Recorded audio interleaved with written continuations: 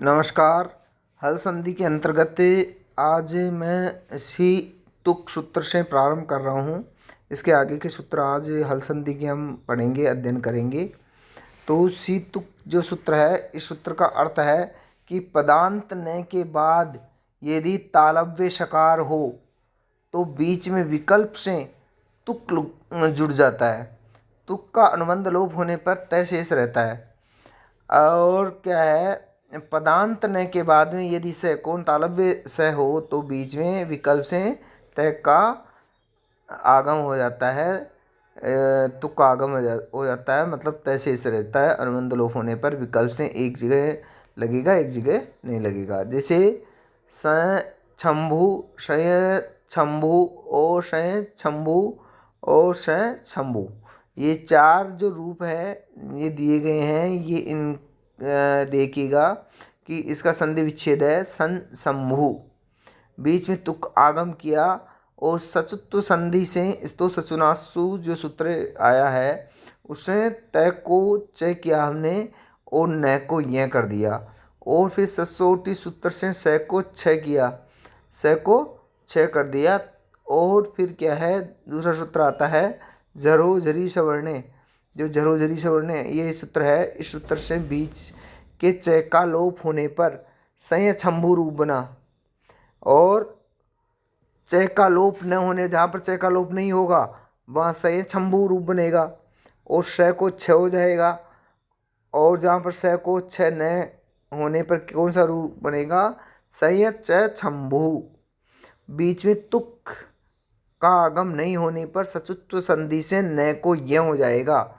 तो सचुनासु जो सूत्र है उससे न को य हो जाएगा और संय शंभु रूप बनेगा। ये इस प्रकार ये चारों रूप बने हैं। अब आगे सूत्र है गमो ऋष्वादचि डमुण नित्यम। इस सूत्र का अर्थ है कि ऋस्व स्वर के बाद में ग ण न हो और बाद में कोई स्वर हो तो बीच में एक ग ण न और जुड़ जाता है। मतलब क्या हो जाता है, उसको द्वित्व हो जाता है। जैसे प्रत्यंगात्मा है, तो प्रत्यंगात्मा के अंतर्गत क्या किया, प्रत्यंग आत्मा ये संधि विच्छेद करने के बाद में जो ग है वो एक बार और आ गया, उसका क्या द्वित्व हो गया उसको, क्योंकि आगे क्या है स्वर है। और इस सूत्र का जो कंडीशन है वो भी यही है, गमो ऋस्वादचि डमणु नित्यम। अब आगे है सुगणी से है, देखो सुगण अण, इसमें अण जुड़ गया। और संच्युत है, इसमें क्या जुड़ गया, न जुड़ गया, न का आगम हो गया तो संच्युत है रूप बन गया। अब आगे सूत्र है समह सुटी। इस सूत्र का अर्थ है सम के मैं को रू हो जाता है, सम के मैं को रू हो जाता है बाद में सुट का स हो तो। बाद में यदि सुट आया है, सुट में क्या है तय और उ की इत संज्ञा होने पर स शेष रहता है, तो वहाँ क्या है सम के मैं को क्या हो जाता है, रू हो जाता है। अत्रानुनासिक है पूर्व से तुआ। ये सूत्र कहता है कि रू के इस प्रकार में रू से पूर्ववर्ती वर्ण को क्या हो जाएगा, विकल्प से अनुनासिक वर्ण हो जाएगा, अनुनासिक का आगम हो जाएगा। क्या हो जाएगा, रू से पूर्व जो पूर्ववर्ती वर्ण है उसको क्या हो जाएगा, अनुस्वार हो जाएगा। अब जो सूत्र है अनुनासिकात परो अनुस्वार है, कि पक्ष में रू से पूर्ववर्ती वर्ण को अनुस्वार का आगम हो जाता है। ये सूत्र ये कह रहा है खरबसानी और विसर्जनीय से। ये सूत्र का अर्थ है कि पद के अंतिम र को विकल्प से क्या हो जाता है, विसर्ग हो जाता है। जो र आता है उसको क्या हो जाता है, उसको विसर्ग हो जाता है। बाद में यदि खर प्रत्याहार हो तो ख फ छ ठ थ च ट त व क प य स स र, यहाँ तक के यदि वर्ण बाद में आ जाए तो क्या हो जाएगा, उसको विसर्ग हो जाएगा। या बाद में कुछ न हो तो। अब यहाँ इसका उदाहरण है संस्कर्ता और संस्कर्ता। सम पुंसका नाम सो वक्तव्य वा। सम पुम और कान शब्दों के विसर्ग के स्थान पर क्या हो जाता है, श हो जाता है। जैसे उदाहरण के तौर पर समस्कर्ता, सम और संधि विच्छेद होता है सकर्ता।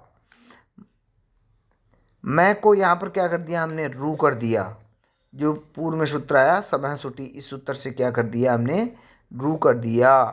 रू के रे को विसर्ग कर दिया। अनुबंध लोप करने पर रू का क्या बचेगा, रे बचेगा, और रे को हमने क्या कर दिया, विसर्ग कर दिया। विसर्ग को क्या कर दिया, खरवसानी और विसर्जनीय से जो सूत्र है इससे हमने विसर्ग किया, और विसर्ग को हमने क्या कर दिया, स कर दिया। क्या कर दिया, स कर दिया। और स करने के बाद में एक स्थान पर रू से पहले अनुनासिक और दूसरे स्थान पर अनुस्वार हो जाएगा। दूसरे स्थान पर क्या हो जाएगा, अनुस्वार हो जाएगा। तो ये दोनों रूप बन जाएंगे। आगे का जो सूत्र है वो है पुमै खञ् अपरे। इस सूत्र का अर्थ है पुम के मैं को भी रू हो जाता है, बाद में अम परक, जिसके बाद में अम स्वर अंतस्थ है, वर्ग के पंचम वर्ण हो तो। खय, खय में ख वर्ग के प्रथम और द्वितीय वर्ण आता है। तो इसका उदाहरण है पुंस कोकिलः और पुंस कोकिलः। ये उदाहरण है। एक जगह क्या है, उसको अनुनासिक है और एक जगह अनुस्वार है। तो ये क्या है, इसका पुम कोकिल है, ये होकर के संधि विच्छेद मैं को हमने रू कर दिया। मैं को क्या कर दिया, रू कर दिया। किससे, पुमः खय्यम परे, ये जो सूत्र है इससे हमने रू कर दिया। रे को क्या कर दिया, विसर्ग कर दिया। और सुम पुंस का नाम, जो ये सूत्र है इस सूत्र से हमने क्या कर दिया, इस सूत्र से विसर्ग को श कर दिया। क्या कर दिया, विसर्ग को श कर दिया। अब स से पहले एक स्थान पर अनुनासिक और दूसरे स्थान पर क्या हो गया, अनुस्वार हो गया, और तो ये रूप सिद्ध हो गए। अब है नश्छव्य प्रशान। पद के अंतिम न को क्या हो जाएगा, रू हो जाएगा। पद के अंतिम जो न आता है उसको रू हो जाता है। बाद में अम परक, जिसके बाद में अम अर्थात स्वर अंतस्थ है, वर्ग के पंचम वर्ण हो तो। और क्या है, छव, छ, च, ट, ठ, त, थ, द हो तो। प्रशांत शब्द में ये नियम नहीं लगेगा। इसका उदाहरण आगे वाले सूत्र में आएगा। विसर्जनीय से, ये सूत्र बहुत इंपॉर्टेंट सूत्र है। विसर्ग को क्या हो जाता है, स हो जाता है। बाद में खर प्रत्याहार हो तो, बाद में कौन सा, खर प्रत्याहार हो तो। ख प चाटा था का पाए ऐसा सारा। तो ये हो तो चक्रिन त्रायस्व, चक्रिन और त्रायस्व, चक्रिन त्रायस्व न को क्या कर देंगे, नश्छव्य प्रशांत, जो इस पूर्व वाला सूत्र है उस सूत्र से हम क्या कर देंगे, उसको रू को रे कर देंगे। रू को क्या कर देंगे, रे कर देंगे। रे को विसर्ग, और इस सूत्र से विसर्ग को क्या कर देंगे, स कर देंगे। विसर्जनीय से क्या, प्रकृत जो सूत्र है उस सूत्र से हम क्या कर देंगे, विसर्ग को स कर देंगे। स से पहले अनुस्वार और अनुस्वार कर देंगे। अनुस्वार करने के बाद में क्या बन जाएगा, चक्रेंत्राय स्वरूप बन जाएगा।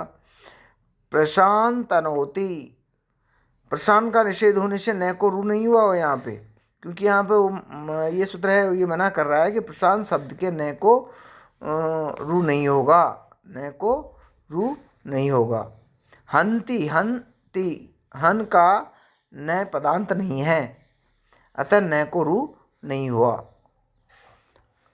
अब आगे सूत्र है नृन पे, अर्थात क्या है, नृन के न को रू र विकल्प से हो जाता है। बाद में यदि प हो तो, बाद में क्या हो, प हो। नृन के न को क्या है, रू हो जाएगा। अनुबंध लोप करने पर र शेष रहेगा, बाद में यदि प हो तो। कुपुओ क पौ च, अर्थात क वर्ग बाद में हो तो विसर्ग को क्या है, जिव्या मूलीय चिन्ह, और प वर्ग बाद में हो तो विसर्ग को उपदमानीय चिन्ह दोनों हो जाते हैं। पक्ष में विसर्ग भी होता है, अर्थात क प से पहले आधे विसर्ग के तुल्य चिन्ह लग जाते हैं, और नृन पाही जैसे। और नृपाही, ये है, ये इसका उदाहरण है। और उपदमानीय का उदाहरण क्या है? उपदमानीय नृपाही, ये उपदमानीय का उदाहरण है, विसर्ग के तुल्य लग जाएगा इसमें भी। तस्य परमामृडितम, शब्द को दो बार पढ़े जाने पर दूसरे शब्द को आम्रेडित कहते हैं। यदि एक शब्द को दो बार पढ़ा जाता है तो उसको क्या है? आम्रेडित कहते हैं। कान आम्रेडिते, कान के ने को क्या हो जाता है? रू हो जाता है, बाद में कान हो तो कान शब्द यदि बाद में रिपीट हो रहा है तो उसको र हो जाता है। कान सकान और कान सकान, कान कान, ये इसका संधि विच्छेद हुआ। इस सूत्र से न को क्या हो गया? जो कान नाम रेडी थे, जो सूत्र से न को रू हो गया, अनुबंध लोग हो गया, र बच गया। र को हमने क्या कर दिया?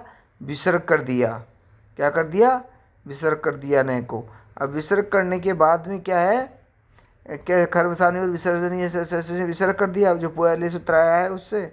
और सन नपुंसका नाम जो सूत्र है, इस सूत्र से क्या किया? विसर्ग को श कर दिया और श से पहले अनुस्वार और अनुनासिक कर दिया, तो दोनों रूप सिद्ध हो गए। आगे है छेच, ऋस्व स्वर के बाद तुक का आगम हो जाता है। छेच, शिव छाया, बाद में यदि छ हो तो ऋस्व स्वर के बाद में, जैसे उदाहरण है शिव धन छाया, तो शिव वकार है, वकार के अंतर्गत क्या है? ए है, स्वर है, ऋस्व स्वर है वह में, और बाद में क्या है? छ है, तो यहाँ पर तुक का आगम हो जाएगा। तुक का अनुबंध लोप करने पर तय शेष रहेगा, तो तय शेष रहेगा तो हमारे सामने स्थिति आई शिव तय और छाया। अब छ से पहले तुक का आगम हुआ, जो तय बचा उसको हमने क्या किया? स्तु सचुनास्तु जो सूत्र है उससे हमने क्या किया? तय को च कर दिया, तय को च कर दिया, तो क्या रूप बना? शिव छाया। पदांताद्वा, ये सूत्र क्या कह रहा है? पद के अंतिम ऋस्व स्वर के बाद, यदि पद का अंतिम ऋस्व स्वर है तो उसके बाद में तुक का आगम विकल्प से होता है, बाद में छ हो तो। यहाँ विकल्प से हो रहा है, जिसे लक्ष्मी छाया, यहाँ दीर्घ स्वर है और छे में क्या था? ऋस्व स्वर था। वहाँ ऋस्व स्वर के लिए बात कही गई थी कि ऋस्व स्वर आता है तो तुक का आगम हो जाता है शिव छाया में, और यहाँ पे लक्ष्मी छाया में क्या हो जाता है? यदि ऋस्व की जगह दीर्घ स्वर हो तो क्या है? तुक का आगम हो जाएगा, लेकिन वो विकल्प से होगा, बाद में छ हो तो। जैसे लक्ष्मी छाया और लक्ष्मी छाया, तो यहाँ पर जहाँ पर तुक का आगम होगा वहाँ पर लक्ष्मी छाया रूप बनेगा, क्योंकि वहाँ तय को क्या कर देंगे? हम क्या कर देंगे? इस तो से चुनाव सूत्र से चय कर देंगे, तो लक्ष्मी छाया बन जाएगा। और जहाँ पर तुक का आगम नहीं होगा वहाँ लक्ष्मी छाया रूप बन जाएगा। वहाँ कौन सा बन जाएगा? लक्ष्मी छाया रूप बन जाएगा। अब आज ये हल संधि प्रकरण समाप्त हुआ। आगे हम फिर क्या है, जो स्वर संधि है, स्वर संधि है, यह हमने पूरी कराई दी थी। ये स्वर संधि का रिपीटिशन दोबारा नहीं करेंगे। इसके बाद में हम जो विसर्ग संधि है, विसर्ग संधि मैं आपको पढ़ाऊँगा अगले अध्याय के अंतर्गत। हल संधि के जो सूत्र हैं उनको, और स्वर संधि के जो सूत्र हैं, और जो संज्ञा प्रकरण है, इनको अच्छी तरह से सूत्रों को आपको समझना है, इनकी व्याख्या समझनी है, और जो उदाहरण है उनको आपको सिद्ध करना है सूत्रों के अनुसार, सूत्रों की व्याख्या के अनुसार। थैंक यू, धन्यवाद।